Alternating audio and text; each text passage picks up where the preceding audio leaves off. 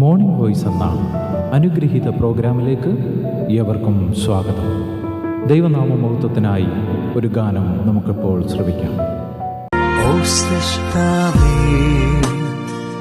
നിൻ കൈകളിൻ പ്രവൃത്തി അത്ഭുതവും വിസ്മയനീയവും. നിൻ പ്രഭാവം കാണുന്നു പ്രപഞ്ചത്തിൽ, കേൾക്കുന്നു ഞാൻ നിർഘോഷ ശബ്ദവും. എന്നാത്മാവും പാടിടും രക്ഷക, നിൻ വൈഭവം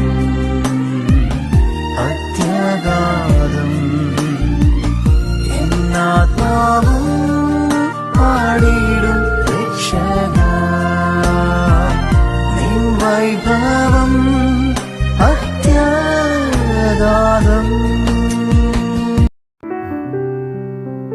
ഇന്ന് വചനത്തിൽ നിന്ന് നമ്മോട് സംസാരിക്കുന്നത് കർത്താവിൻ്റെ ശ്രേഷ്ഠദാസൻ കുഞ്ഞുമോൻ തോട്ടപ്പള്ളി. പ്രാർത്ഥനയോടെ ധ്യാന ചിന്തകൾ ശ്രവിക്കാം. ദൈവനാമത്തിന് മഹത്വമുണ്ടാകട്ടെ. അപ്പോസ്തല പ്രവൃത്തികളുടെ പുസ്തകം 8-ാം അധ്യായത്തിൻ്റെ 15, 16, 17 വാക്യങ്ങളും 25-ാം വാക്യവും ഞാൻ വായിക്കുന്നത് ശ്രദ്ധിച്ചാലും. അവർ ചെന്നവർക്ക് പരിശുദ്ധാത്മാവ് ലഭിക്കേണ്ടതിന് അവർക്കായി പ്രാർത്ഥിച്ചു.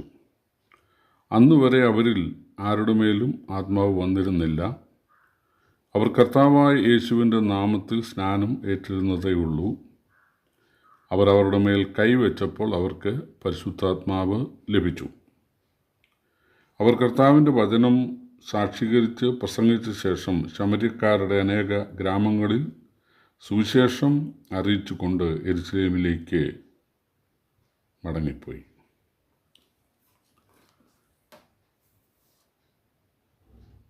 യെരുശലേമിൽ പീഡ ഉണ്ടായ സമയത്ത് ഫിലിപ്പോസ് എന്ന ശുശ്രൂഷകൻ, ഡീക്കൻ സ്തെഫാനോസിനോടുകൂടെ മേശയിൽ ശുശ്രൂഷ ചെയ്തിരുന്ന ഫിലിപ്പോസ് ശമര്യയിലേക്ക് പോയി. യേശു അന്ത്യനിയോഗത്തിൽ പറഞ്ഞിരുന്നത്, നിങ്ങൾ ആദ്യം യെരുശലേമിലും പിന്നെ യഹൂദയിലും പിന്നെ ശമര്യയിലും പിന്നെ ലോകത്തിൻ്റെ അറ്റത്തോളം എൻ്റെ സാക്ഷികളാകണം എന്നായിരുന്നല്ലോ. അപ്പോൾ ശമര്യയിൽ പോയി സുവിശേഷം അറിയിക്കുന്ന കാര്യം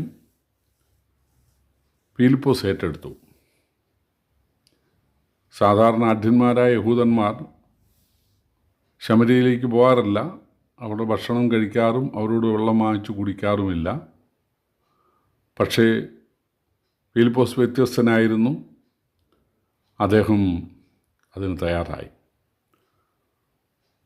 അങ്ങനെ ഒരു സ്റ്റെപ്പ് ഫിലിപ്പോസ് എടുത്തതിനാൽ അപാരമായ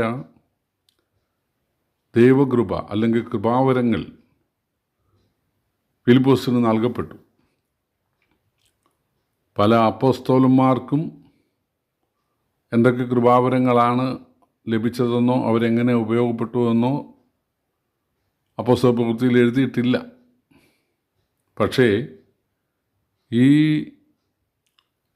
മേശയിലെ ശുശ്രൂഷകനായിരുന്ന ഡീക്കനായിരുന്ന ഫിലിപ്പോസ് ഇങ്ങനെയൊരു ത്യാഗത്തിന് സ്വമേധ തയ്യാറായപ്പോൾ ദൈവം അദ്ദേഹത്തിന് വളരെ കൃപാവരങ്ങൾ നൽകി. രോഗശാന്തിപരവും അതുപോലെ അത്ഭുതങ്ങളും അടയാളങ്ങളും ചെയ്യാനുള്ള വരങ്ങളുമൊക്കെ നൽകി. എന്തായാലും ശമര്യക്കാർ യേശുവിനെ രക്ഷകനായി സ്വീകരിച്ചു. ശമര്യക്കാർ പൊതുവെ മന്ത്രവാദികളും അവർക്ക് കുറച്ച് പൈശാചിക ശക്തി ഉള്ളവരുമാണ്. പക്ഷേ അതിനെയൊക്കെ അതിജീവിക്കുന്ന ശക്തിയാണ് അവർ ഫിലിപ്പോസിൽ ദർശിച്ചത്. അതുകൊണ്ട് അവർ ഫിലിപ്പോസിനെ യഥാർത്ഥ ദൈവദാസനായി വിശ്വസിക്കുകയും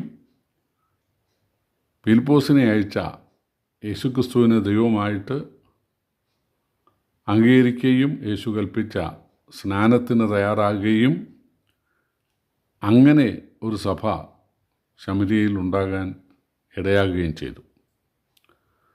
ഈ വർത്തമാനം യെരുശലേമിലെ സഭയുടെ എത്തിച്ചപ്പോഴെന്നല്ല.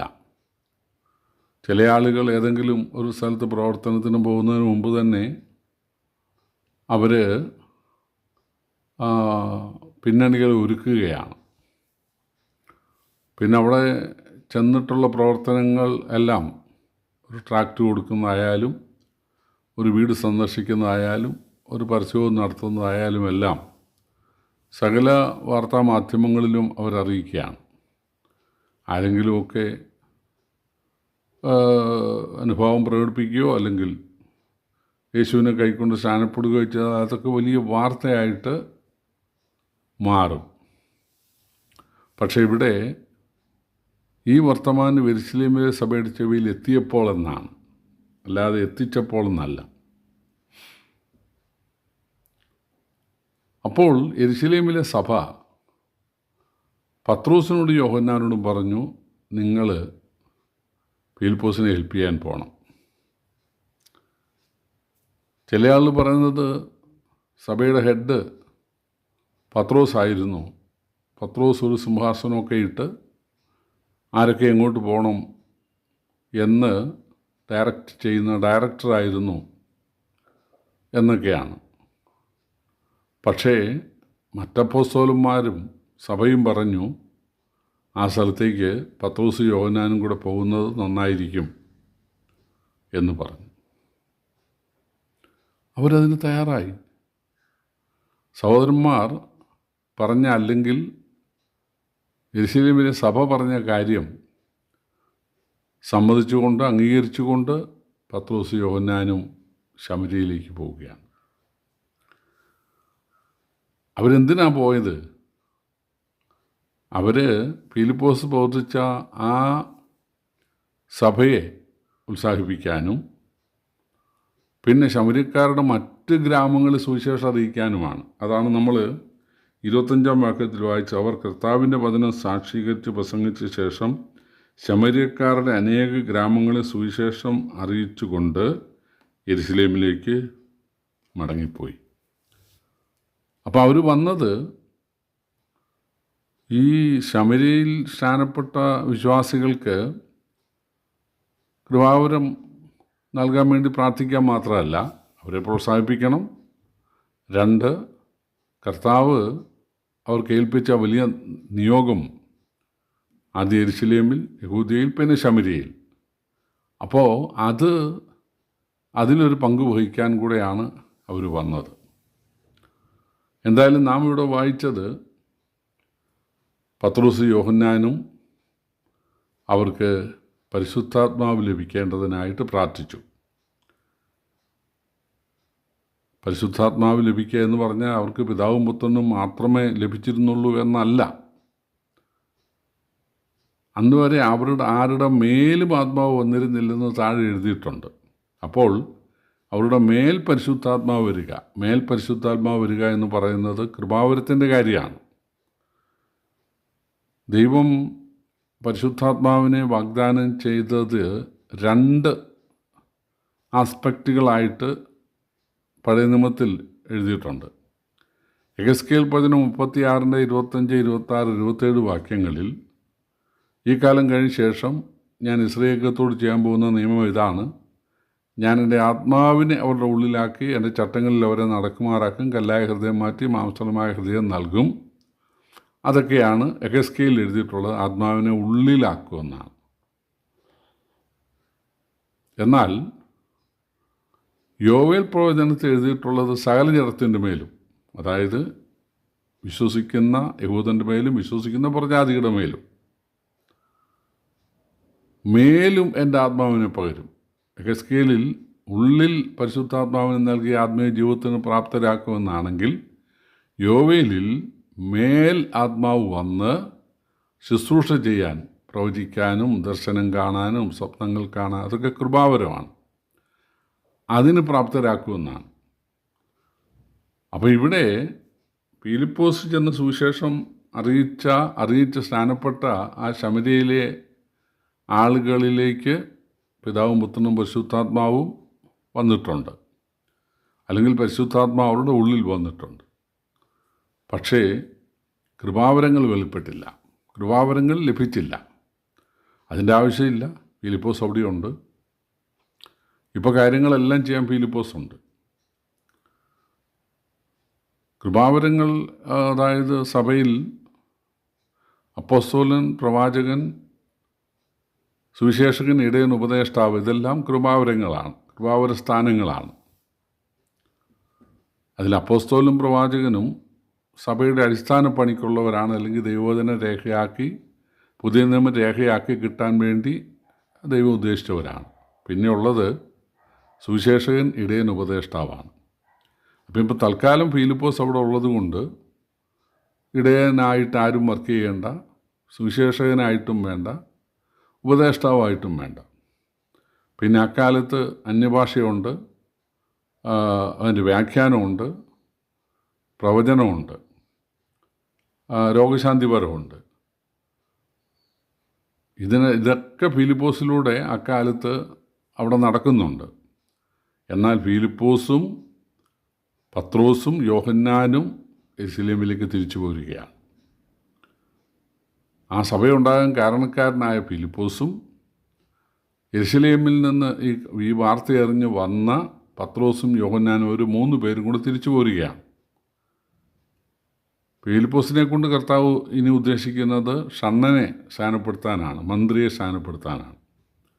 പത്രോസിനെ കൊണ്ടൊക്കെ ഉദ്ദേശിക്കുന്നത് ഐനിയാസ് എന്ന പക്ഷപാത രോഗിക്ക് സൗഖ്യം നൽകാനും മരിച്ച തബീതെ ഉയർപ്പിക്കാനുമൊക്കെയാണ് ദൈവം ഉദ്ദേശിക്കുന്നത്.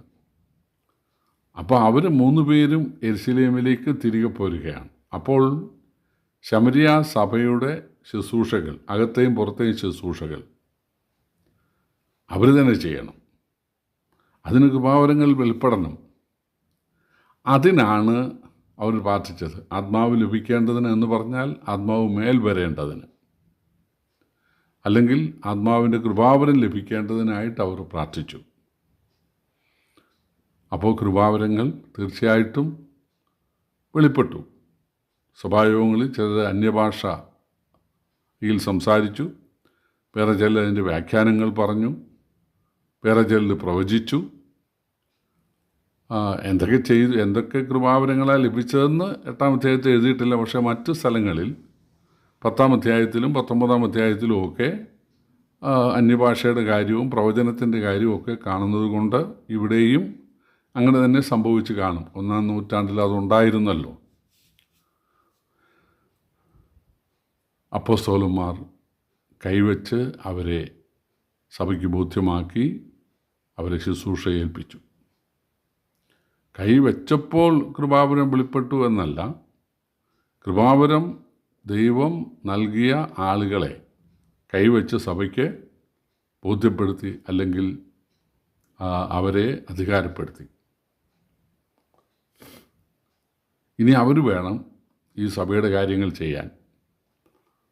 അത് ചിലർക്ക് അന്യഭാഷയുടെ വരമുണ്ട്, ചിലർക്ക് വ്യാഖ്യാനത്തിൻ്റെ വരമുണ്ട്, ചിലർക്ക് പ്രവചന വരമുണ്ട്, ചിലർക്ക് രോഗശാന്തി വരമുണ്ട്, ചിലർക്ക് സഹായം ചെയ്യാനുള്ള വരമുണ്ട്, ചിലർക്ക് പരിപാലന വരമുണ്ട്. അത് ചിലർ സുവിശേഷകൻ്റെ കൃപാവരമുള്ളവരാണ്, പുറത്ത് സുവിശേഷം അറിയിക്കും അവർ. ചിലർക്ക് ഇടയൻ്റെ കൃപാവരമാണ്, വീടാന്തരം പോയി വിശ്വാസികളെ ധൈര്യപ്പെടുത്തും. വേറെ ചിലർക്ക് ഉപദേഷ്ടാവിൻ്റെ കൃപാവരമാണ്, ഉപദേശ വിഷയങ്ങൾ അവർ പഠിപ്പിക്കും. അപ്പോൾ ഇനി ഇവർക്ക് തിരിച്ചു പോരാം. അവർ 3 പേരും തിരിച്ചു പോരുവാൻ ഇടയായി. പ്രിയപ്പെട്ടവരെ, പിന്നീട് പൗലോസിൻ്റെയൊക്കെ സുവിശേഷ യാത്രകളിൽ അവർ കൃപാവരം വെളിപ്പെട്ട ആളുകളെ ഇതുപോലെ ശുശ്രൂഷ കേൾപ്പിച്ചിട്ടാണ് അവർ തിരിച്ചു പോകുന്നത് എന്ന് കാണാൻ സാധിക്കും. അതാണ് ദൈവത്തിൻ്റെ വ്യവസ്ഥ. അതല്ലാതെ ആളുകളെ ഒരു ബൈബിൾ സ്കൂളിൽ പറഞ്ഞു വിടുക, ആ ബൈബിൾ സ്കൂളുകാർ കുറേ വചനം പഠിപ്പിക്കുക, അതിൻ്റെ അടിസ്ഥാനത്തിൽ സഭാ ശുശ്രൂഷ ചെയ്യുക, അങ്ങനെയൊരു സംവിധാനമല്ല. സഭയാണ് അവരെ വളർത്തേണ്ടത്, അവർക്ക് പരിശീലനം നൽകേണ്ടത്. സഭയിലാണ് അവർക്ക് കൃപാവരം വെളിപ്പെടേണ്ടത്. കൃപാവരങ്ങളുടെ അടിസ്ഥാനത്തിൽ വേണം സഭാപരിപാലനം നടക്കുവാൻ അതാണ് ദൈവത്തിൻ്റെ വ്യവസ്ഥ. കർത്താവ് നമ്മെ സഹായിക്കട്ടെ. കർത്താവിൻ്റെ വിലയേറിയ നാമം വാഴ്ത്തപ്പെടുമാറാകട്ടെ. ഇതുവരെ ഞങ്ങളെ ശ്രദ്ധിച്ച എല്ലാവർക്കും വീണ്ടും വരുന്ന കർത്താവിൻ്റെ വിശുദ്ധമായ യേശുക്രിസ്തുവിൻ്റെ നാമത്തിൽ ഞങ്ങളുടെ സ്നേഹവന്ദനം അറിയിക്കുന്നു. കർത്താവ് നമ്മളെല്ലാവരെയും അനുഗ്രഹിക്കുമാറാകട്ടെ. ആമേൻ. അലഞ്ഞു ഞാൻ കാനന പാത തന്നിൽ, കേട്ടതും ഞാൻ പറവ തൻ പാട്ടും. ശൈലമതിൻ പ്രതാപം അതിശ്രേഷ്ഠം, ഈളം കാറ്റും ശാന്തമാം പുഴയും. എന്നാത്മാവും പാടിയിടും രക്ഷക നിൻ വൈഭവം അത്യഗാധം. എന്നാത്മാവും പാടിയിടും